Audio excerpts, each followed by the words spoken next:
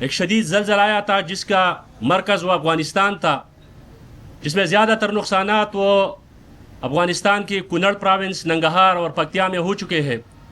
جہاں پر اس وقت تقریباً 900 افراد وہ شہید ہو چکے ہیں، وہ رپورٹ ہو چکے ہیں میڈیا میں، اور 3000 افراد جو ہے نا وہ زخمی ہے۔ میں ریاست پاکستان کی مقتدر قوتوں سے بھی اپیل کرتا ہوں اور صوبائی اور وفاقی حکومت سے بھی اپیل کرتا ہوں کہ فوری طور پر انسانی ہمدردی کی بنیاد پر، افغانستان ہمارا دوست ملک ہے، اور ویسے بھی ان کے ساتھ جو ڈیورل لائن پر جو تجارتی راستے ہیں اس کو فوری طور پر کھول دینے چاہیے، غاخی پاس، نوا پاس، لیٹے پاس، تاکہ وہاں کنڑ میں جو زخمی ہیں اس کو پختونخوا کے مختلف اسپتالوں میں ان کا علاج کرایا جا سکے۔ ان کے پاس اتنی فیسلٹیز نہیں ہے جتنی فیسلٹیز یہاں تھوڑی بہت ہمارے پاس ہے،